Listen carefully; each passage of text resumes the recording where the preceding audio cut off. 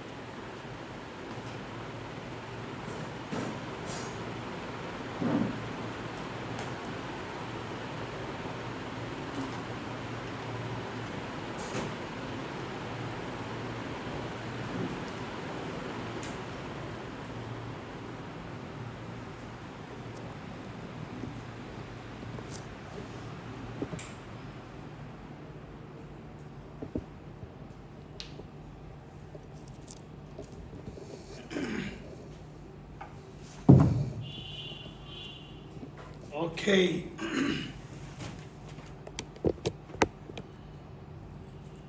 అందరికీ వాదాలు. చాలా సంతోషం. మరి ఈరోజు ఈ శుక్రవారం ఉపవాస ప్రార్థనకి వచ్చినటువంటి మీరందరూ చాలా ధన్యులు. చాలా సంతోషం. ప్రార్థన దేవుణ్ణి ప్రేమించి ఉదయకాలం కూడా ప్రత్యేకంగా మరి 5 గంటలకే లేచి వస్తున్నారు. చాలా సంతోషం. ఇవాళ కూడా ఉదయకాలం 5 గంటలకి అద్భుతమైన ప్రార్థన కూడి జరిగింది. చాలా విషయాలు మేము నేర్చుకోవడానికి దేవుడు సహాయం చేశాడు. ఇవాళ ప్రత్యేకంగా ప్రపంచ దేశాలన్నీ ఒకటైనప్పుడు ఏ రకంగా మనం దేవుని బిడలంగా సౌండ్ కనుక ఏ రకంగా ప్రత్యేకంగా మనం దేవుని బిడలంగా దేవుని మీద ఆధారపడాలో, దేవుని మీద ఏ రకంగా మనం డిపెండ్ అవ్వాలో చాలా అద్భుతమైన విషయాలు మనం ఉదయకాలం విన్నాం. కీర్తన గ్రంథం 2వ అధ్యాయము ఉదయకాలం ధ్యానం చేశాం. ఇవాళ నేను ప్రార్థన గురించి కొన్ని విషయాలు మీతో నేను చెప్పాలనుకుంటున్నాను. ప్రత్యేకంగా మరి దేవుని బిడ్డలైనటువంటి మనం ప్రార్థన ఎలా చేస్తే దేవుడు వింటాడు అనే విషయాన్ని మనం వింటూ వచ్చాం. మీకు ఎవరికైనా గుర్తుందా? మీ ప్రార్థన దేవుడు ఆలకించాలంటే 4 సూత్రాలు చెప్పాను. ఆగండి. ఎంతమందికి గుర్తుంది? మారేమ్మ గారు చెప్పండి. 4. మొదటిదేంటి, రెండోదేంటి, మూడోదేంటి, నాలుగోదేంటి? ఈ సూత్రాలు మీరు ఫాలో అయితే మీ ప్రార్థన దేవుడు ఆలకిస్తాడు. అన్నమా 4 విషయాలు. ప్రతిభ,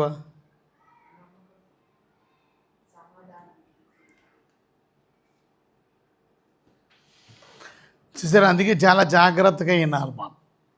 మీరు చూసారా?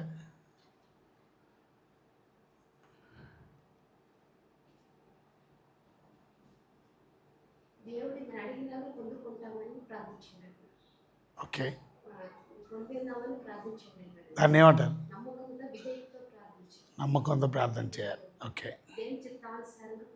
Very good. అది ఒకటే, ఇది ఒకటే. నా నమ్మకం అన్నారు, అడిగింది పొందుకున్నాం.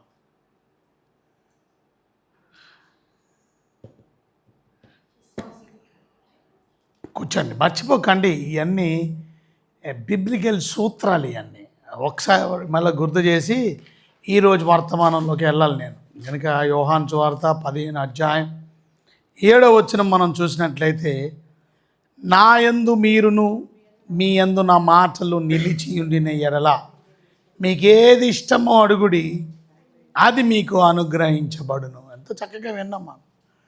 దేవుడు మనకి ఏది ఇష్టమో అడగమంటున్నాడు, ఇస్తానంటున్నాడు.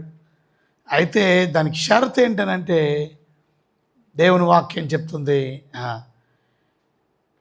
నా యందు మీరును మీ యందు నా మాటలు నిలిచి ఉండాలి. కనుక ఒకరిలో ఒకరు మనం ఎప్పుడైతే ఉంటాం, దేవుని మాటలు ఎప్పుడైతే మన హృదయంలో ఉంటుందో, చూసారా? దేవుని వాక్యానుసారం మనం ఎప్పుడైతే నడుస్తామో అప్పుడు వారి ప్రార్థన దేవుడు ఆలకిస్తాడు. దేవుని వాక్యానుసారంగా మనం నడలేనప్పుడు దేవునికి వేరుగా ఉండి మనం ఏమీ చేయలేం. అది నాకు వేరుగా ఉండి మీరు ఏమీ చేయలేరని బైబిల్ చెప్తుంది. నా యందు నిలిచి ఉంటేనే అది. నాకు వేరుగా ఉంటే మీరు ఫలించలేరు, మీరు అడిగింది ఏమీ పొందుకోలేరు. రెండోది మనం విన్నాం, 1 యోహాను పత్రిక 3వ అధ్యాయము 22వ వచనంలో మనం చదువుకున్నాం, మనము ఆయన ఆజ్ఞలను గైకొనుచు ఆయన దృష్టికి ఇష్టమైనవి చేయుచున్నాము గనుక మనం ఏది అడిగినను అది ఆయన వలన మనకి దొరుకును. ఏది అడిగినా దేవుడు ఎవరికి ఇస్తాడు అని అంటే, ఆయన ఆజ్ఞలను గైకొనేవాడు. అది 2వ షరతు. ఒబీడియెంట్ పీపుల్, విధేయత కలిగిన వారు. ఎవరైతే దేవునికి విధేయులుగా ఉంటారో, ఆయన చెప్పిన మాటలు వింటారో, ఆయనకి లోబడతారు. ఇవాళ ఉపవాస ప్రార్థన అమ్మో దేవుని సన్నిధికి మనం ప్రార్థనకి వెళ్ళిపోవాలా అని ఆసక్తితో మీరు అందరూ వచ్చారు కనుక మీరు చేసిన ప్రార్థన దేవుడు ఆలకిస్తాడు. దేవుడి మాటకు లోబడేవాళ్ళు రాబడిలో నమ్మకంగా దశమభాగం తీస్తూ దేవుని ఆజ్ఞలు గాయకొంటున్నారు. సమాజంగా కూడట మానొద్దు అన్నారు. ప్రతి మీటింగ్ నమ్మకంగా వచ్చేవారు. ఈ విధంగా దేవుని బిడలైనటువంటి మనం ఎవరైతే దేవుని ఆజ్ఞలకు లోబడతారో, ఆయనకి ఇష్టంగా బ్రతుకుతారో, అది వాళ్ళ ప్రార్థన దేవుడు ఆలకిస్తాడు. ఇది రెండో షరతు. ఇదన్నీ చెప్పేసి నేను ఎక్స్ప్లెయిన్ చేశాను. ఇక మనం మూడోది మనం విన్నాం. అదే 1 యోహాను పత్రిక 5వ అధ్యాయము 14-15 వచ్చిన. ఆయన్ని బట్టి మనకు కలిగిన ధైర్యం ఏదనగా ఆయన చిత్తానుసారంగా మనం ఏది అడిగినను ఆయన మన మనవి ఆలకించునన్నది. మూడోది ఆయన చిత్త ప్రకారం అడగాలి. అది do according to God's will. దేవుని చిత్త ప్రకారం మీరు జరిగితే whatever you ask God is going to give you. మీరు అడిగింది ఎందుకు దొరకట్లేదు? మీరు ఎంత ఏడ్చుకున్నా దొరకట్లేదు, ఎంత మోకరించి ప్రార్థన చేసినా దొరకడం లేదు, ఎన్ని గంటలు మీరు ప్రార్థన చేసినా దొరకడం లేదు. వై? ప్రాబ్లం ఏంటి? బికాస్ మీరు you're not doing according to God's will. According to God's will మనం ఏది అడిగినా దేవుని చిత్త ప్రకారం వాక్యానుసారం మనం అడిగినప్పుడు దేవుడు మనకి అనుగ్రహిస్తాడు. ఇక 4వది మనం చూసాం. మార్కు సువార్త 11వ అధ్యాయము 24 వచ్చింది. మార్కు సువార్త 11:24 మనం చూసాం. ఏమని? అందుచేత మీరు ప్రార్థన చేయనప్పుడు మీరు అడుగుచున్న వాటిని ఎల్లను పొంది ఉన్నామని నమ్మండి. ఇది నమ్మకంతో చేయడం. పొంది ఉన్నామని నమ్మితే, దొరికినాయి అని నమ్మితే అప్పుడు అవి మీకు కలుగును. అంటే దాని అర్థం ఏంటి? దేవుని బిడ్డలైనటువంటి మనం ప్రార్థన చేసినప్పుడు నమ్మకంతో ప్రార్థన చేయాలి. నమ్మకం లేకుండా మనం ఎంత ప్రార్థన చేసినా దేవుడు మన ప్రార్థన ఆలకించడు. ఇవాళ మన జీవితంలో నమ్మకం అనేది చాలా ఫెయిత్. సో ఇది 4 విషయాలు గత శుక్రవారం మీకు నేర్పించింది. This is what the principles that when God will hear your prayers. ఎప్పుడు మన ప్రార్థన ఆలకిస్తాడు దేవుడు అని అంటే ఈ 4 పాలు. నా వాక్యం మీ హృదయంలో ఉండాలా, మీరు నాతో అంటే అర్థం ఏంటి? నాతో కనెక్షన్ తెగిపోయినోడు ప్రార్థన నేను ఆలకించను. అది నాతో కనెక్ట్ అయినోడు ప్రార్థన నేను, నాలో మీరు మీలో నేను అంటకట్టబడి ఉంటే. సో దేవునికి ఎవరైతే కనెక్ట్ చేయబడతారో, విశ్వాసం ఉంచిన వారు కనెక్ట్ చేయబడ్డారు, రక్షించబడిన వాళ్ళు కనెక్ట్ చేయబడ్డారు, వారు అడిగింది దేవుడు ఇస్తాడు. అందరూ అడిగింది దేవుడు ఇవ్వడం. అది ఎవరైతే ఆయన కనెక్ట్ చేయబడ్డారు, ఆయనకి కనెక్ట్ చేయబడినాడు, వారు అడిగింది దేవుడు తప్పక అనుగ్రహిస్తాడు. కనుక మనం దేవునికి కనెక్ట్ చేయబడకపోతే అడిగింది దేవుడు. రెండోది మనం విన్నా విధేయత, ఒబీడియన్స్. వాళ్ళు దేవుడి మాట వినట్లేదు చాలామంది. విధేయత లేకుండా మన ప్రార్థన దేవుడు ఎందుకు వింటాడు? వినడు. మనం విధేయత చూపించి ఆయన చెప్పిన మాటకు లోబడితే అప్పుడు దేవుడు. మూడోది ఆయన చిత్త ప్రకారం చేయాలి. అడిగింది ఎప్పుడు కూడా మన చిత్త ప్రకారం అడగకూడదు. మనకేది ఇష్టమో అడగడం అది సహజంగా మనకేది ఇష్టం. కానీ మనం అడగాలి, ప్రభువా నీ చిత్తం అయితే ఇది అనుగ్రహించు, ఇట్ ఇస్ యువర్ విల్. అది ఆయన చిత్తం మనకు తెలిసినప్పుడు ఆయన చిత్తం నాకు తెలుపు అని అడగక్కర్లా. అది అర్థమైంది. ఆదివారం చర్చికి వెళ్ళాలని తెలుసా?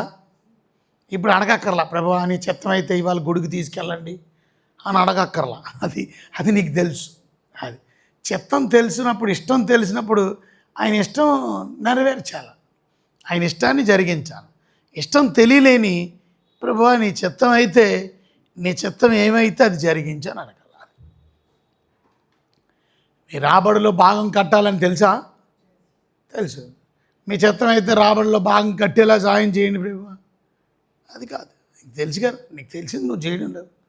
సో మనం నేర్చుకోవాల్సిన ప్రాముఖ్యమైన విషయాలు ఇవన్నీ. దేవుని బిడ్డలమైనటువంటి మనం ఈ 4 కూడా మీరు పాటించగలిగి. 5వది ఎన్నది?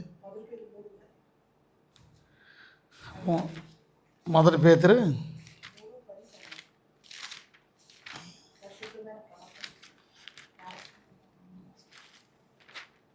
మొదటి పేతురు 3వ అధ్యాయం.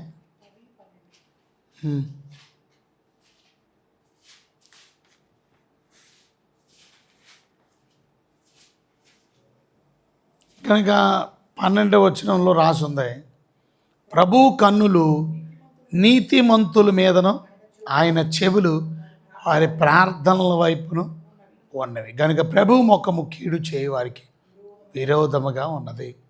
సో ఎవరి ప్రార్థన దేవుడు ఆలకిస్తాడు? నీతిమంతుల ప్రార్థన. సో దేవుని బిడ్డలమైనటువంటి మనం నీతిమంతులుగా ఉంటే దేవుడు మన ప్రార్థన ఆలకిస్తాడు. సో ఇది 5 విషయాలు గుర్తున్నాయి. మరి ఈరోజు ఒక 3 విషయాలు చెప్పి నేను ముగిస్తాను. ఈరోజు ప్రత్యేకంగా యోహాను సువార్త 14వ అధ్యాయము 13వ వచనం. యోహాను సువార్త 14వ అధ్యాయం 13, 14 వచనాలు. మీరు నా నామమున దేనిని అడుగుదురో తండ్రి కుమారుని యందు మహిమపరచబరుటకై దాన్ని చేతును. నా నామమున మీరు నన్నేమి అడిగినను నేను చేతును. సో 6వ షరతు, దేవుడు మన ప్రార్థన ఆలకించాలి అని అంటే మనం చేయవలసింది ఏంటి? ఆయన నామమున ప్రార్థన చేయాలి. అది నా నామమున మీరు నన్నేమి అడిగినను అది. మీరు యేసు నామములో వేడుకుంటున్నాము తండ్రి అని అనాలి. అందుకే యేసు నామములో అడగాలి, యేసు నామములో ప్రార్థన చేయాలి. యేసు నామములో ప్రార్థన చేసిన వారికి దేవుడు తప్పక అనుగ్రహిస్తాడు. ఎందుకని? ఆయన నామం అన్ని నామముల కన్నా పైనామం. ఫిలిప్పీయులకు రాసిన పత్రిక 2వ అధ్యాయంలో మనం 9, 10 వచనాలు మనం చదువుకుంటే, ఫిలిప్పీయులకు రాసినటువంటి పత్రిక 2వ అధ్యాయము 9, 10 వచనాలు. అందుచేతను పరలోకముందున్న వారిలో కానీ, భూమి మీద ఉన్న వారిలో కానీ, భూమి క్రింద ఉన్న వారిలో కానీ ప్రతివాని మోకాలు యేసు నామం. ఎంత పవర్ఫుల్ చూసారా? That's what the power of Jesus name. యేసు నామములో వంగునట్లు. రేపు ప్రపంచమంతా యేసు నామంలో మోకాళ్ళు ఉంటారంట. మోకాళ్ళుండి ప్రతివాని నాలుక తండ్రి అయిన దేవుని మహిమార్థమై యేసు క్రీస్తు ప్రభు అని ఒప్పుకొనుటనట్లును. చూసారా? ఆయన్ని దేవుడు అంత అధికంగా ఇచ్చింది. ఆయన నామము ఎంత గొప్పదో మీరు గమనించండి. అన్ని నామముల కన్నా పైనామం యేసయ్య నామం. సో దేవుని బిడ్డలైనటువంటి మనం ఆయన నామం చాలా గొప్పది అనే విషయాన్ని మనం గుర్తుపెట్టుకో. ఆయన నామం అన్ని నామముల కన్నా పైనామం. ఆయన నామాన్ని మనం ప్రార్థన చేయాలి. కొలసీలకు రాసిన పత్రికలో కూడా మనం చూస్తే 3వ అధ్యాయం 17వ వచనంలో మనం చూస్తే, మరియు మాట చేతే కానీ క్రియ చేతనే కానీ మీరేమి చేసినను ప్రభు అయిన యేసు ద్వారా తండ్రి అయిన దేవునికి కృతజ్ఞతాస్తుతులు చెల్లించుచు సమస్తము ఎవరి పేర చేయండి? ఆయన పేరట చేయండి. అది we do it everything in Jesus name. In Jesus name. అది everything whatever you do it in Jesus name. So యేసు నామంలో ప్రార్థన చేయడం ఎంత పవర్ఫుల్లో మీరు అర్థం చేసుకున్నారా? So that's what Jesus name అంటే. అపోస్తుల కార్యాలు కూడా 4వ అధ్యాయంలో మనం చూస్తే, అపోస్తుల కార్యాలు 4వ అధ్యాయం 12వ వచనం. అపోస్తుల కార్యాల్లో 4వ అధ్యాయం 12వ వచనం. అక్కడ మనం చూసినట్లయితే, మరి ఎవని వలనను రక్షణ కలగదు, ఈ నామముననే మనము రక్షణ పొందవలని కానీ ఆకాశము క్రింద మనుషుల్లో ఇవ్వబడిన మరి ఏ నామములోనూ రక్షణ పొందలేము. అంటే రక్షించబడడాన్ని యేసు నామములోనే నువ్వు నేను రక్షించబడగలం.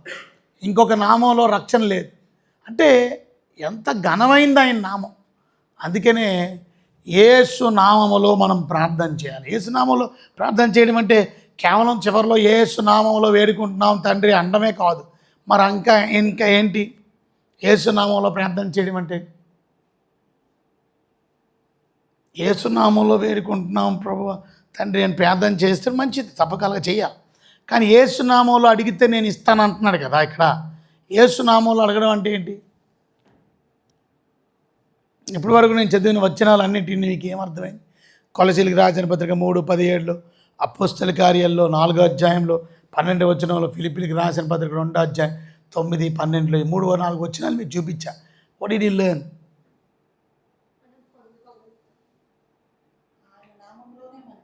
అంటే ఏంటి? What is Jesus name? ఆయన నమ్మితేనే.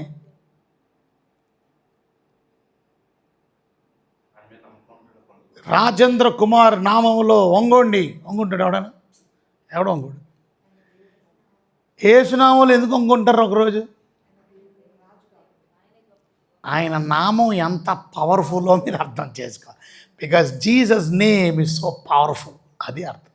ఆయన నామం చాలా శక్తివంతమైంది. అది అందుకనే 12వ వచనంలో మరి ఎవని వలనను రక్షణ కలగదు. ఎవరి వలన రక్షణ? ఈ నామముననే మనము రక్షణ పొందవలె కానీ ఆకాశము క్రిందన మనుషుల్లో ఇవ్వబడిన మరి ఏ నామములో. అందుకనే ఆ దొంగోడు శిలువ మీద ఏ నామాన్ని వచించాడు? యేసు. నీ రాజ్యములో నన్ను, యేసు ప్రభువా, యేసు ప్రభు అని నోటితో ఒప్పుకుంటే నువ్వు రక్షించబడతావు. రోమిలికి రాసిన పత్రికలో 10వ అధ్యాయంలో 17వ వచనం మనం చూసినట్లయితే, రోమిలికి రాసినటువంటి పత్రిక చూసారా? రోమిలికి రాసిన పత్రిక 10వ అధ్యాయం 9వ వచనం చూడండి. 9వ వచనం, యేసు ప్రభు అని నీ నోటితో ఒప్పుకొని దేవుడు మృతులలో నుండి ఆయన లేపని నీ హృదయంలో విశ్వసించినాడా నీవు రక్షించబడదు. అది రక్షించబడే విధానం. ఒక వ్యక్తి రక్షించబడాలంటే మొదట ఎవరిని ఒప్పుకోవాలా? యేసు ప్రభు అని నోటితో ఒప్పుకోవాలి. అది యేసు ప్రభు అని అంటే ఏంటి అర్థం? యేసు ప్రభు అని.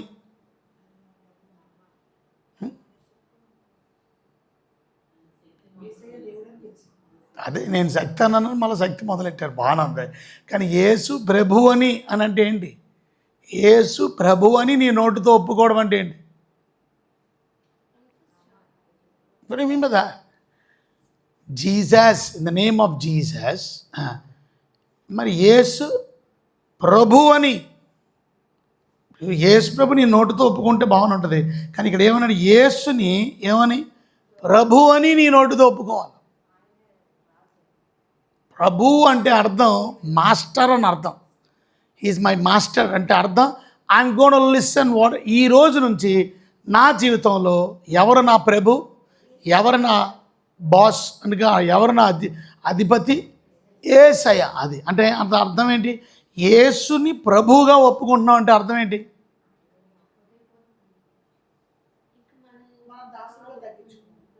అంటే ఏంటి అర్థం? అంటే అర్థం ఏంటి? అధికారం అంటే ఏంటి? అంటే అప్పుడు అధికారికి ఏం చేస్తాం మనం? అది యేసు ప్రభు అని అంటే అర్థం యేసుని ప్రభువుగా మన హృదయంలో స్వీకరిస్తే ఇక నుంచి ఇది మొదలుకొని నీ మాట కన్నా ఇంకొక మాట నాకు ప్రాధాన్యత కాదు. అది అర్థం ప్రభు అంటే. You are my head and I'm going to listen to you. అది I'm going to follow you. ఇక మళ్ళీ నా శరీరం చెప్పినట్టు వింటాను, లోకం చెప్పినట్టు వింటాను, నా ఫ్రెండ్ చెప్పినట్టు వింటాను, ఆడెవడో నన్ను పిలిచాడండి వెళ్ళిపోయానండి కాదు. అంటే నువ్వు నీ జీవితంలో యేసు నీకు ప్రభువుగా లేడని అర్థం. అది అప్పుడు నువ్వు ఇంకా రక్షణ పొందలేదని అర్థం. రక్షించబడడం అంటే అర్థం ఏంటి? యేసుని నా జీవితంలో ప్రభువుగా అజమర్షి చేయడం. ఇంకా ఆయన లోబడతాను నేను, అంతే. ఆయన చెప్పినట్టు నేను జీవిస్తాను. నాకు సరదాగానే ఉంది. ఇప్పుడు సపోజ్ నేను కుక్కను అనుకో, కుక్క ఏం చేస్తుంది? తెలియదండి కుక్కని. మీ ఇంట్లో కుక్క ఉంది, అరుస్తుంది కదా. ఎవరన్నా వస్తే ఏం చేస్తుంది? అరుస్తుంది. అవసరమైతే కరిసీయడానికి వెళ్ళిపోతుంది, బాగా అరుస్తుంది. కానీ ఓనర్ ఏం చెప్తాడు? ఏయ్ సైలెంట్ సిట్ డౌన్ అనగానే ఏం చేస్తుంది? దానికి ఎంత కోపం ఉన్నా, దానికి ఎంత అవతలోడి మీద డ్రెస్ సరిగ్గా వేసుకొని రాలేదాడు, పిక్చర్లో కనుక కరిసేయాలని ఉంది. కానీ అయినా సరే ఓనర్ చెప్పాడు కనుక అది సైలెంట్ అయిద్ది, మెల్లిగా కూర్చోమంటే కూర్చుంటుంది. అది ఒబీడియన్స్. అది నీకు ఇష్టమే కానీ దేవుడు అది వద్దన్నప్పుడు అది ఒబీడియన్స్, అది మాస్టర్ అంటే. అప్పుడు కుక్కకి మాస్టర్ ఎవరు? యజమాని. అది అందుకనే యజమాని అన్నారు. ఆ డాగ్కి మాస్టర్ మాట అది. ఈ డాగ్కి మాస్టర్ మాట ఏంటది అది. అలాగే మనకి మాస్టర్ ఎవరు? ప్రభు అంటే అది అర్థం. ప్రభు అంటే ప్రభు, యేసు ప్రభు, యేసు ప్రభు, యేసు ప్రభుగా, యేసు అని పేరు. యేసుని ప్రభువుగా మీ హృదయంలో అంగీకరించాలి. అది ప్రభు అంటే అర్థం మాస్టర్ అది. అందుకనే మీరు గమనించారా, యేసు క్రీస్తు అందరికీ ప్రభు. అది అంటే ఏంటి అర్థం? అందరూ కూడా ఆయనకి లోబడాలి. అది అందరికీ ప్రభు. ఆయన అందరికీ ప్రభు. నీకు దేవుడు కాకపోయినా ఆయన ప్రభువు నీకు. అది ప్రభు అంటే అర్థం ఏంటి? Every world, every one. అందుకే ఇందాక పొద్దున్న 2వ అధ్యాయంలో నవ్వుతున్నాడు ఆయన. ఎందుకని ఏలికలు ఏకీపించి రాజులందరూ ఆయనకి విరోధంగా ఆల్రెడీ ప్లాన్ చేశాడు ఆయన.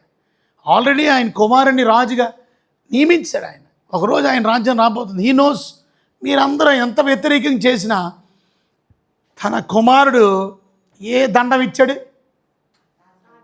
రాజదండం ఏంటి? కర్ర కాదు, ఇనప దండం. అది ఇనప దండంతో ఏలుతాడంట. అంటే కొండ పగిలి కొడితే ఏమైంది? మొక్క చెక్కలైపోయినట్టు. అది మొత్తం ప్రపంచం అంతా మొక్క చెక్కలైపోతుంది. ఆయన పరిపాలన అంటే అర్థం అర్మగిద్దెని యుద్ధంలో ఇక ఆయనకి విరోధంగా ఉన్న వారందరూ ఎవరు ఉండరు, అందరి మీద యుద్ధం చేసి ఆయన రాజ్య స్థాపన చేయబోతున్నాడు.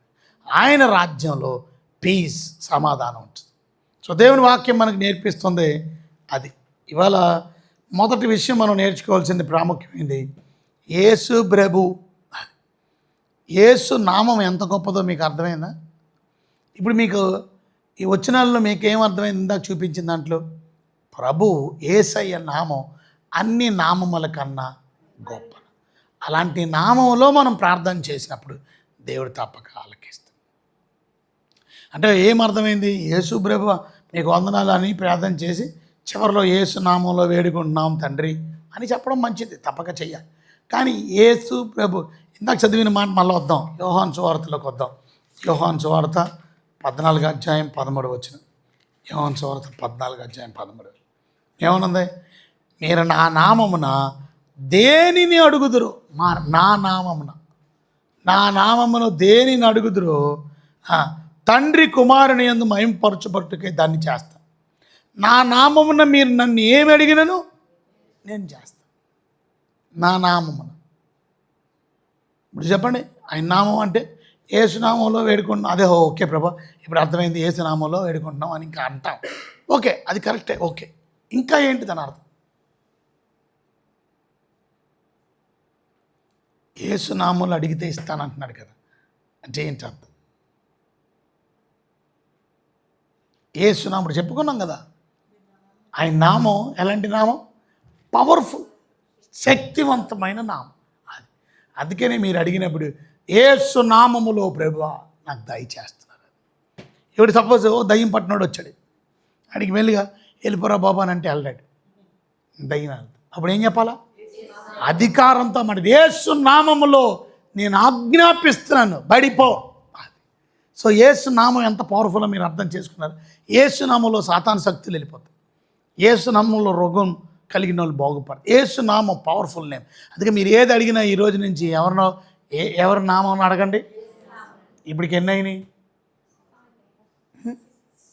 6 అయినాయి. మరి గుర్తున్నాయి? మరి పాతయ్య లెక్క పర్లే పని జరిగింది.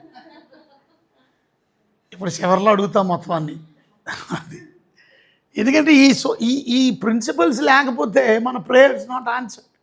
అంతేగాని ఏడ్చుకొని చెయ్యి అని చెప్తున్నారే తప్ప ఈ ప్రిన్సిపల్స్ సంఘానికి నేర్పించాలి, దేవుని బిడ్డలకు నేర్పించాలి. అప్పుడు వాళ్ళు ఎలా ప్రార్థన చేసుకోవాలో దేవుడు తెలుస్తుంది. ఓకే, ఇలా ప్రార్థన చేసుకోవాలి, అది ఆ రకంగా ప్రార్థన చేసుకోవడం నేర్పించాలి. ఇంకా మీకు తెలిసిన ఏమైనా ఉంటే చెప్పండి. యేసునామం ఇప్పుడు 6వది, 7వది.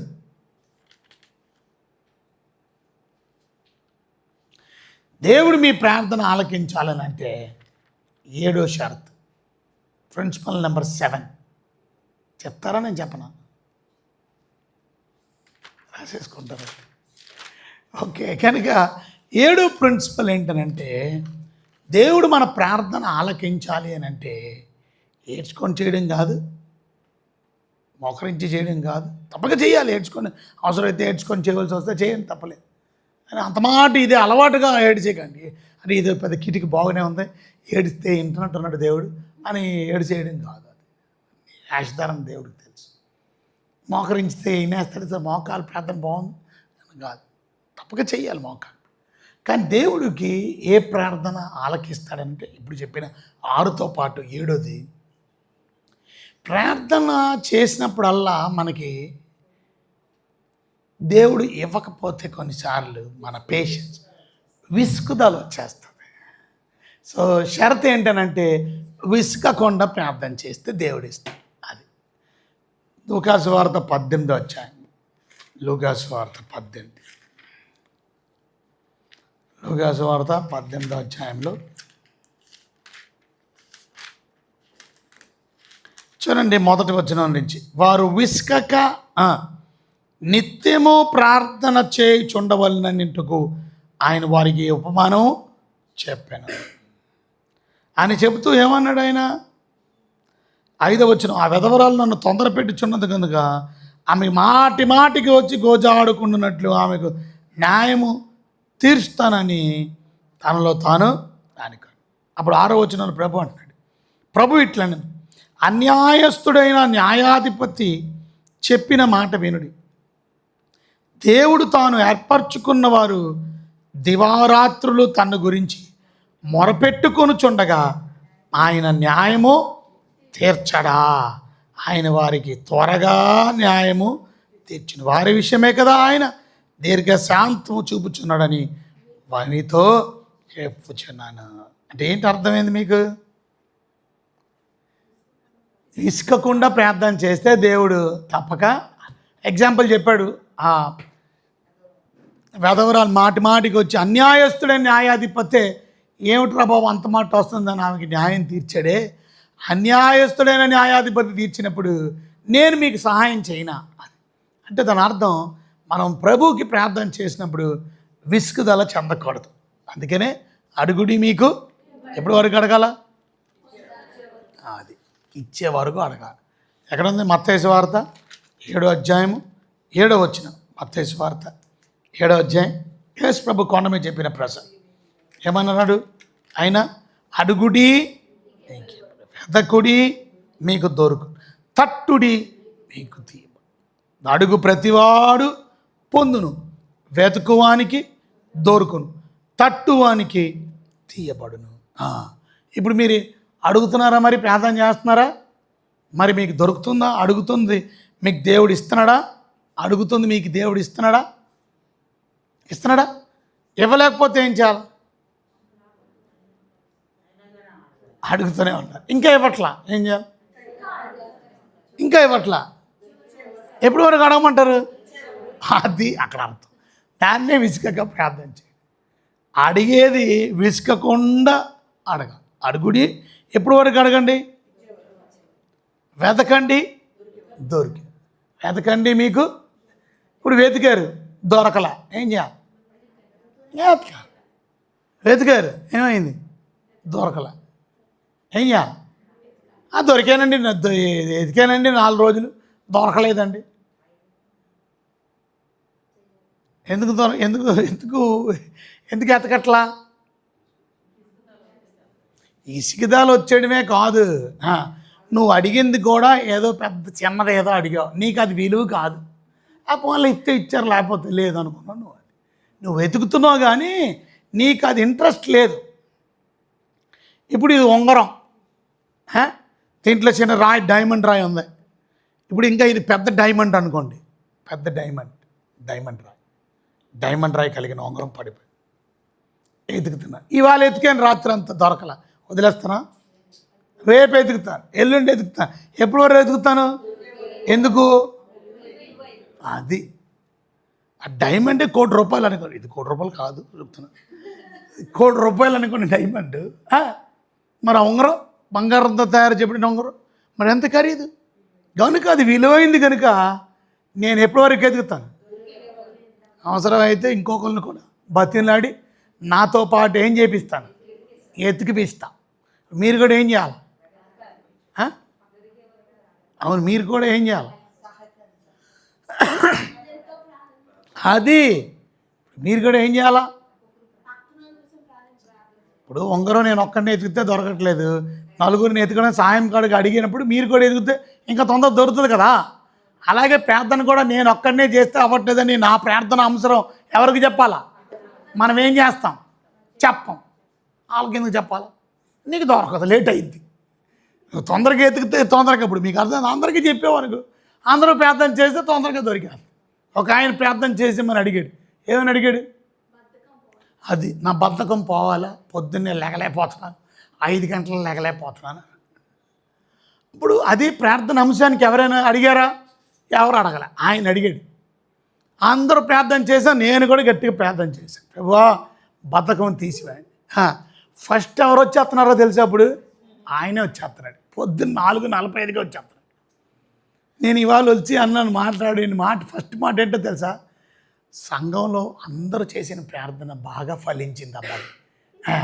ఎందుకో తెలుసా? నీ గురించి చేసిన ప్రార్థన చూసారు, దేవుడు ఆలకించి ఇవాళ నువ్వు టైంకి, నీ బతకం పోయింది చూసారు, నువ్వు టైంకి వచ్చేస్తావు.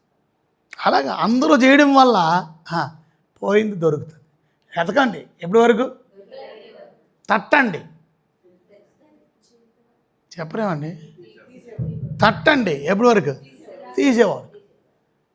రోజు తట్టాడు మా రూమ్, నేను ఎక్కడ బాత్రూంలో ఉన్నాను, వస్తానా? తట్టాడు, తీలే.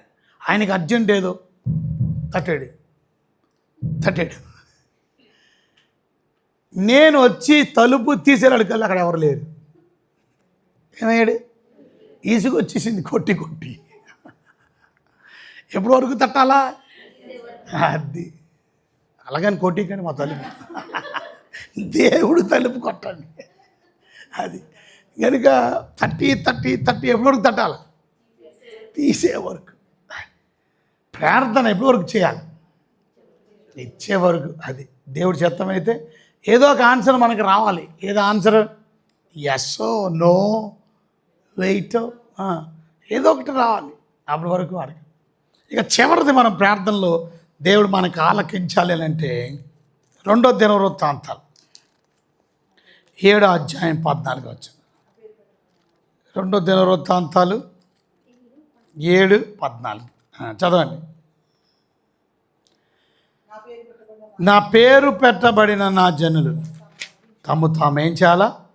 తగ్గించుకొని ప్రార్థన చేసి నన్ను వెతికి తమ చెడు మార్గములు విడిచిన యెడల ఆకాశం నుండి నేను వారి ప్రార్థన విని ఏదోరా చేరత కూడా లిసన్. ఇది ఇలా చెప్పాలా సంఘానికి? దేవుడు మన ప్రార్థన ఎప్పుడు వింటాడు బాబు? అది ఏడిసే అని చెప్తున్నాడు. ఇది చెప్పరేమో. ఇందులో ఏంటి సూత్రం చెప్పండి? ఇందులో సూత్రం తీయండి, ఇంకా చెప్పండి. ఇంకా అంటే ఏంటి? అన్నీ వచనం చదివేస్తున్నారు మీరు అంతే. దాంట్లో నుంచి పాయింట్ చెప్పండి.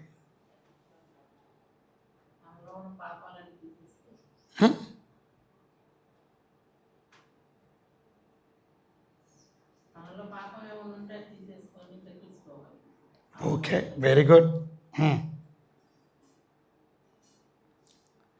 ఇక్కడ 2 షరతులు మనకు కనపడుతుంది. ఈ 2 షరతులు ఏంటంటే, మొదటిది, నా పేరు పెట్టబడిన నా జనులు తమ్మును తాము ఏం చేయాలి? మొదటిది తగ్గించుకోవాలి. అది ఏది? మొదటిది ఏంటి చెప్పండి? తగ్గించుకోవాలి. ఏది మనలో తగ్గింపు? ఇవాళ ఫస్ట్ మనలో తగ్గింపు అంటే ఏంటి? హంబల్. అందుకనే మనం ఏం చేస్తాం? సాధ్యమైనంత వరకు మోకాళ్ళ నుండి ప్రార్థన చేస్తాం. ఎందుకు? తగ్గింపు. ఇవాళ దేవుని బిడ్డలమైనటువంటి మనం అలాంటి తగ్గింపు జీవితం మనలో ఉండాలి. తగ్గింపు బ్రతుకు మనలో ఉండాలి. ఇక్కడ కూడా ఉంది. దేవుని బిడ్డలైనటువంటి మనం తగ్గించుకున్న వారు హెచ్చించబడతారు. చూడండి ఒకసారి యాకోబు పత్రిక 4వ అధ్యాయము 6వ వచనం. యాకోబు పత్రిక 4:6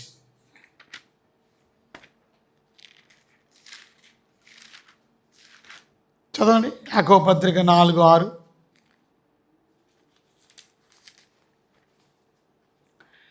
ఏమనుంది? అందుచేత దేవుడు అహంకారులను ఎదిరించి దీనులకు కృప అనుగ్రహించినని లేఖనము చెబుతున్నది అని. గనుక 7వ వచనం, కాబట్టి దేవునికి లోబడి ఉండుడి, అపవాదిని. మనం ఏం చేస్తాం? అపవాదికి లోబడతాం, దేవుణ్ణి ఎదిరిస్తాం. అది మనం ఆపోజిట్ వాళ్ళం కాదు. దేవునికి లోబడండి. ఎవరు దేవునికి లోబడేవారు? తగ్గించుకున్నవారు, తను తగ్గించుకున్నవారు. అహంకారులను ఆయన ఎదిరిస్తాడు. అహంకారం వద్దు. అది చెప్పాను కదా, ఇరాన్ సుపీరియర్ లీడర్ ఏమైనా అహంకారంతో మాట్లాడాడు. మ్యాప్లో లేకుండా చేసేస్తాను, ఆడే లేకుండా అయిపోయాడు, మ్యాప్లో భూమి మీద లేక. చూసారా? కనుక మనం అహంకారం కలిగి ఉండకూడదు. దేవుని బిడ్డలమైనటువంటి మనం దేవుని వాక్యం నేర్చుకుంటున్నాం, మనం తగ్గించుకోవాలి. ఇంకా అక్కడ రాస్తుంది ఏమని? తగ్గించుకొని దినవృత్తాంతాలు 2వ దినవృత్తాంతాలు 7:14 తగ్గించుకొని ఏం చేయాలి? తమ చెడు మార్గములను విడిచి. అంటే ఏంటి అర్థం?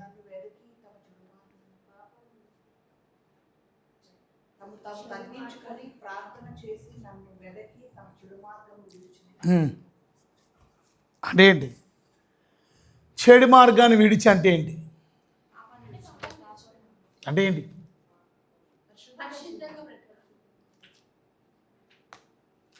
ఆ పదం వాడట్లే మీరు.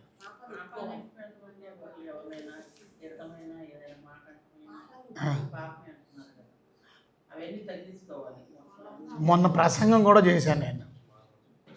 ఆ మాట రావాలి. మారు మనస్సు పొందడం, అది change of heart, change of mind. మారు మనసు పొందిన వారి ప్రార్థన దేవుడు ఆలకిస్తాడు, పాపం చేసేవాళ్ళు కాదు. అది ఇవాళ మన ప్రార్థన దేవుడు ఎందుకు ఆలకించట్లేదు తెలుసా మీకు? ఎవరి ప్రార్థన దేవుడు ఆలకించడో తెలుసా మీకు? కీర్తనలు 66:18 చదవండి ఒకసారి. కీర్తన గ్రంథం 66:18 వచ్చింది. ఏమనుంది? నా హృదయములో నేను పాపమును లక్ష్యం చేసిన యెడల ప్రభువు నా మనవి వినకపోవును. అది చూసారా? నా హృదయంలో ఏంటంట? నేను పాపమును లక్ష్యం చేసిన యెడల. ఎందుకు కనపట్లేదా? కీర్తన గ్రంథం 66:18. కీర్తన గ్రంథం 66:18. హృదయం అందు ఏం చేయాలా? పాపమును ఏం చేస్తే? లక్ష్యం చేస్తే ప్రభువు నా మనవి వినకపోవును. అది కనుక దేవుని బిడ్డలమైన మనం పాపముతో ప్రార్థన చేయకూడదు. పాపాన్ని విడిచిపెట్టి మారు మనస్సు పొంది ప్రార్థన చేయాలి. ఇప్పుడు 7 షరతుల 8 పాయింట్స్ మనం విన్నాం. అది 8 పాయింట్స్ ఎవరు చెప్తారు? మొదటిది, నాలో మీరు, మీలో మీరు. అంటే అర్థం కనెక్షన్ ఉండాలి. ఎవరితో? యేసుతో కనెక్షన్ తెగిపోయిందా? ఉందా? ఉంటే మీ ప్రార్థన దేవుడు వింటాడు. 2, మాటకు లోబడేవాళ్ళు, ఆయన మాటకు ఆయన ఆజ్ఞకు లోబడలేని వాళ్ళు ప్రార్థన దేవుడు ఆలకించడు. 3, దేవుని చిత్త ప్రకారం చేసేవాడు, మన చిత్త ప్రకారం చేసేవాళ్ళు. 4, విశ్వాసం కలిగిన వారి ప్రార్థన, నీతిమంతుని ప్రార్థన, యేసయ్య నామములో అడిగేవాళ్ళు ప్రార్థన, విసుకక ప్రార్థన చేసి పాపాన్ని ఒప్పుకొని తగ్గించుకొని ప్రార్థన చేసి అట్టి ప్రార్థన జీవితం దేవుడు మన అందరికీ అనుగ్రహించి అలాంటి ప్రార్థన చేయండి. దేవుడు తప్పక ఆలకిస్తాడు. కళ్ళు మూసుకోండి, ప్రార్థన చేస్తాడు. ప్రభు మీకు 800 స్తోత్రాలు. వెత్తబడిన వాక్యం అందరి హృదయాలు ఫలింపజేయండి. ఈరోజు నాయన ప్రభువా శుక్రవారం ప్రార్థనకు వచ్చిన బిడ్డలందరినీ దీవించాను. రావడంతోనే 7 గంటలు 7:30 నుంచి వారు ప్రార్థనలో గడిపారు. ఎప్పటి వరకు ప్రార్థన చేసుకుంటూనే ఉన్నారు. పాట పాడి మీ వాక్యాన్ని ధ్యానం చేసుకున్నాను. ఎవరి ప్రార్థన మీరు ఆలకిస్తారో చక్కని విషయాలు మాకు అర్థం చేయించండి. కనుక అట్టి ప్రార్థన జీవితాన్ని మాకు దయచేయండి. అట్టి ప్రార్థన పరులుగా మమ్మల్ని సిద్ధపరచండి. మీకే వందనాలు, స్తోత్రాలు, మీకు స్తుతులు సమర్పించుకోండి. అటువంటి ప్రార్థనలు మేము ముందుకు నడిపించమని, మీ రాజ్యాన్ని కూడా సిద్ధపరచమని, లైవ్లో వీక్షించిన బిడ్డలను కూడా దీవించండి. వాళ్ళ ప్రార్థన కూడికి వచ్చినటువంటి బిడ్డలందరినీ కూడా ఆశీర్వదించండి. యేసు నామములో వేరేంత వేరుకున్నాం తండ్రి, ఆమేన్. మన ప్రభువైన యేసుక్రీస్తు కృప, తండ్రి దేవునికి ప్రేమ, పరిశుద్ధాత్మక అన్యోన్యమైన సావాసం నిత్యము సదాకాలం సదా మనందరికీ తోడై కాపాడును గాక. ఆమేన్. అందరికీ వందనాలు. God bless you. చాలా సంతోషం. రేపు ఉదయం మళ్ళా ఎన్ని గంటలకి?